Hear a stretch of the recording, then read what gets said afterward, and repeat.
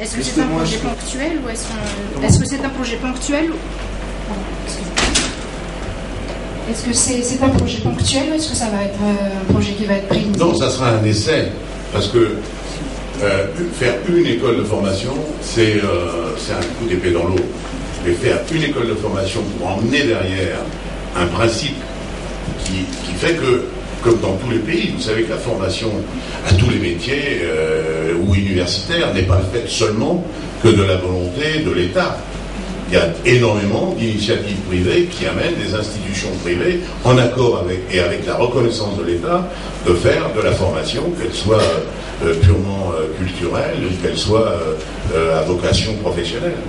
En termes de volume financier et effectif? C'est 3 fois rien. Non, mais je veux dire, quand je dis c'est 3 fois rien, à l'échelle de l'intérêt, c'est supportable. Voilà. C'est supportable sans qu'on ait besoin. Je ne dis pas que je ne vais pas demander qu'on nous prête des locaux qui sont inoccupés, etc., bien sûr. Mais je veux dire que la formation, c'est surtout des gens. Vous savez, la première école, elle a été faite qu'avec des copains. Qu'avec des copains. Je me rappelle, le patron du marketing, c'était Jacques Séguéla. C'est lui qui donnait les cours de marketing, etc. J'avais lancé ça sous la forme d'une grande émission au départ.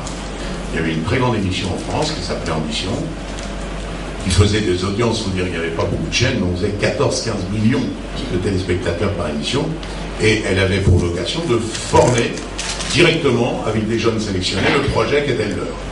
Et c'est à la suite de ça que j'ai eu l'idée d'en faire l'école.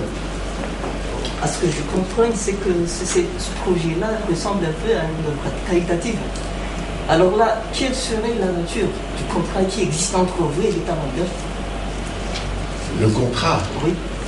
Il n'y a aucune obligation ni de l'État à mon égard, ni de moi à l'égard de l'État. Il n'y a pas d'obligation à faire ça, comme il n'y a pas d'obligation à organiser un tournoi avec l'équipe nationale et de l'Olympique de Marseille. Quels seraient vos intérêts dans ce cas-là? Mais vous savez, monsieur, à mon âge et compte tenu de ma situation, j'ai aucun intérêt, autre que le plaisir de faire des choses que je sais faire. Je sais que ça peut paraître encore bizarre, mais ça suffit à mon plaisir à moi. Urbania dans tout ça. Attends, ça, je ne sais pas qui a sorti ça, c'est une énormité.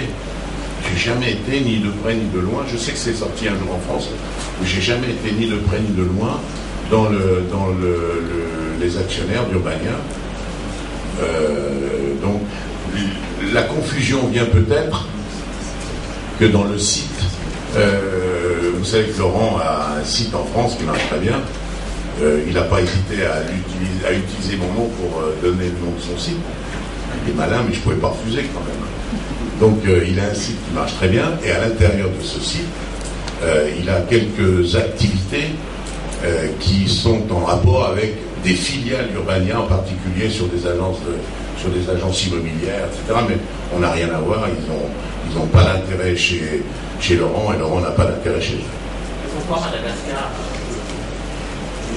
Pour tout dire, il a fait son école avec un des personnages ici, qui est le plus éminent, qui est un jeune qui réussit formidable, il est de la même promotion, et c'est le fait qu'il est de la même promotion fait qu'il est venu souvent. Voilà, vous savez, le hasard fait qu'il y a plein d'endroits où on a envie d'aller, et celui-là, je l'avoue humblement, j'y étais venu plusieurs fois, mais j'avais pas de...